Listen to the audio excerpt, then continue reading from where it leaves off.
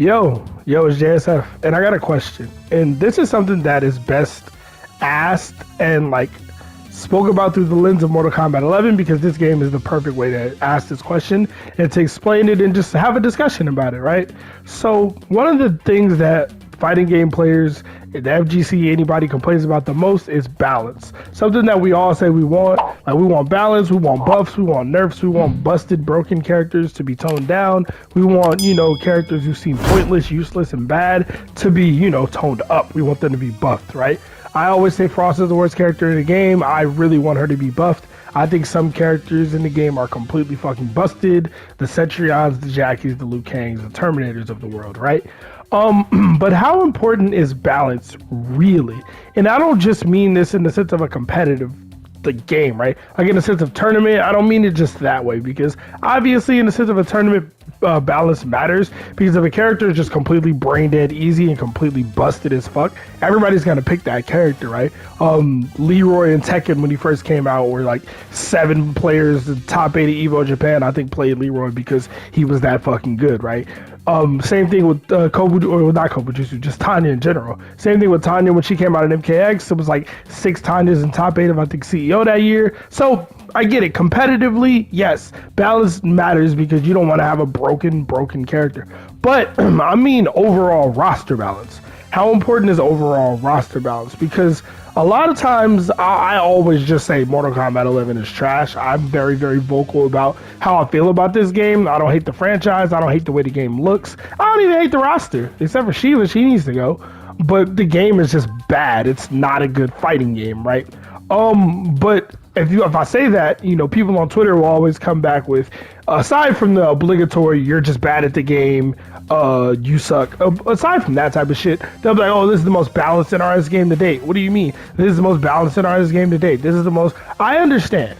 It is the most balanced NRS game to date. And I've played every game made by NetherRealm Studios while those games were active and competitive. I played them all. Well, I didn't play MK9 when it was active and competitive. I did, but I didn't. Not really. I played it towards the end of its competitive life, and that was when I learned about the FGC and all that, right? But every other NRS game I played, and I technically did that one too. So I played them all, right? You're right. You guys are right. This is the most balanced NRS game to date in the sense of there are more viable characters in this game than there have been in any other NRS game to date. Clap it up. Congratulations. But guess what? This game is still fucking terrible. So what's the problem, right? And this game is still terrible competitively. It's like here. This is why I say this, right? Because like I said, balance matters competitively in the sense of you don't want 1 or 2 characters to be completely broken. But even if let's say there are 20 characters that are viable in this game, right? Which there probably is, which is a good number, right? 20 viable characters is pretty good for a fighting game, right? The problem with that is competitively, this game is still a joke. Competitively, this game is still Mario Party. It's literally RNG competitively. Like playing online in competitive ranked mode is still literally roll the dice and let's see what happens. Are you going to land on a Bowser's, like, you know what I'm saying? Are you going to land on a 3v1 mini game or a 1v1 mini? Like, what do you don't know. It's Mario Party, right? And the reason I say that, the reason I keep saying that shit is because at the end of the day, even if you're playing like X good character, X bad character, certain shit is just out of your control, right? Certain things are out of your control. There are some things that are stupid competitively, like being punishable on hit. And like, I know, like, if there was a mind game to it, I still wouldn't like it, but it would make sense, right? Like say, oh, hey, here's the breakaway safe combo, here's the max damage combo, but they can break it. That would have been okay. That would have been because it's a mind game. Okay, now you got to pick whether or not you do which combo. The problem is some characters just don't really have a breakaway safe route, or the damage is so heavily scaled, it's like, what's the point? You know what I mean? Now I can't reliably get good damage if you have breakaway. I can only get like 21%. Like, it's just stupid, and it's not balanced across the board with that in mind, right? So like while there is balance with characters, like hey, I can win with Kano, I can win with Cetrion, I can win with Sub-Zero. You know what I mean? Like it's balanced in that sense, right? But it's not balanced in the sense of game mechanics and match to match things. Like matchups are still horribly unbalanced. Matchups are still terrible. Like Spawn versus Jade is like an 8-2 matchup in Jade's favor. Do you know why? Well, Jade has glow, and when she puts glow on, he can't touch her. And now Spawn has to approach, right? Spawn's strength is outspacing other characters, whip punishing, etc., right? Well, try to play footsies with Jade. I think we all know how that goes, right? She's going to shadow kick you, or she's going to jump back glaive you, right? So you can't just do that with Jade. And then when you try to get close, she outspaces you because she has a pole. So just that's just the short version, but that matchup is completely ridiculously like borderline unwinnable if you know how to play it, right? So the game is balanced, but there are extremely lopsided matchups. There are situations where you make the right decision and you still get punished for it and you lose. Like, depending on the character who punishes you for breakaway, some characters can get a crushing blow and do 30% unbreakable to you for it, right? Completely. So, like, you go for a regular standard combo, you punish them, they break it the right time out of your combo, and they get 30% unbreakable on you. Like, that's a joke. That's literally a joke. And that's in this game competitively. So, like, it changes the game because the game doesn't become how do you open your opponent up. Now that you open your opponent up, you know, to get this damage, and no, it becomes, okay, you open your opponent up, but you can't really go for the combo because they might break. Then you don't go for the combo, you get like 18, 20%, and they don't use their breakaway. So now you got to try to open them up again, and the next time you open them up, it's the same issue. You don't know if they're going to spend it or not. And I know what you're saying. Well, that's what armor breakers are for. Most of the armor breakers are absolute fucking garbage. There are some really good ones like Cabal's. There are some really good ones. You know, Shao Kahn's got a shit ton of them. He's got one or two that's he's got one or two that's really good. You know what I mean? And then some characters don't, like Spawn doesn't have an armor breaker. And for those of you who don't know what I mean when I say that, I mean Spawn has an armor breaker and a launcher that have the same input and they conflict with each other. So you cannot have combos and armor breaker in the same variation with Spawn. You can't have it. It's not possible. It's literally like, this is what I'm saying, right? This game has all these issues competitively, but it's balanced, right? Like, have you ever heard the phrase, be careful what you wish for because you just might get it? We all wanted a balanced fighting game for years. We all wanted the NRS game to be balanced. Damn, if MKX was balanced. Damn, if Injustice 1 and Injustice 2 was balanced, right? Damn, I just hope MK11 can just be balanced, man. And guess what? We got it. We got a balanced fighting game. We got a fighting game where there's like 20, maybe 25 characters that, for the most part, if you grind it out with those characters, they can win. You know, they can win consistently. But here's the issue. They're going to run into some horribly lopsided matchups, right?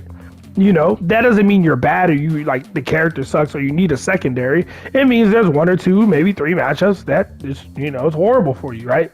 Then you got the breakaway problem where you can't just consistently play and be rewarded for making the right decisions, right? Then you got, it's just a lot of that, right? Then you have characters with unreactable 50-50s and just make you guess over and over and over again.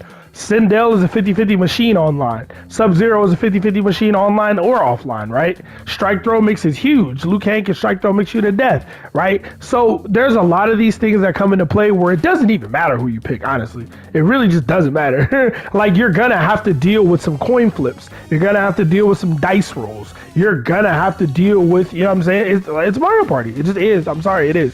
Like, it doesn't matter. Like, it gets to a point where there's certain matchups, certain characters, and certain mechanics in this game where it doesn't matter how good you are. It doesn't matter how hard you practice. It doesn't matter how well you know the matchup, that you can still lose to somebody who's just doing day one level bullshit in this game. And so we do have a balanced roster, but we also have all these issues. So again, I ask, how important is balance really? Because my favorite fighting game, honestly, well, one of my favorite fighting games is Injustice 1. That game is a fucking mess, right? Superman, I've said this before, Superman had a 2-frame, full screen, overhead super.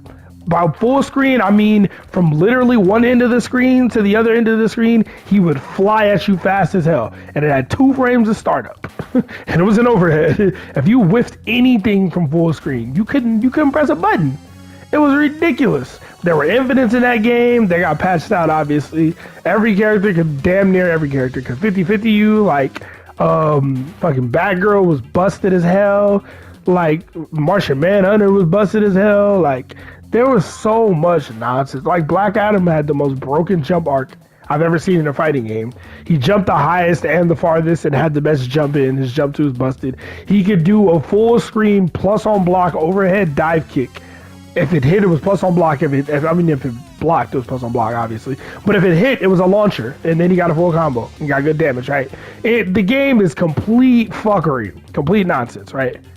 But it's one of the, like, it's still a fun game. It's like, it's broken in the sense that it's unbalanced, but in the sense of just being a fighting game, it still functions as a fighting game. Like, you don't get punished on hitting that game. You know what I mean?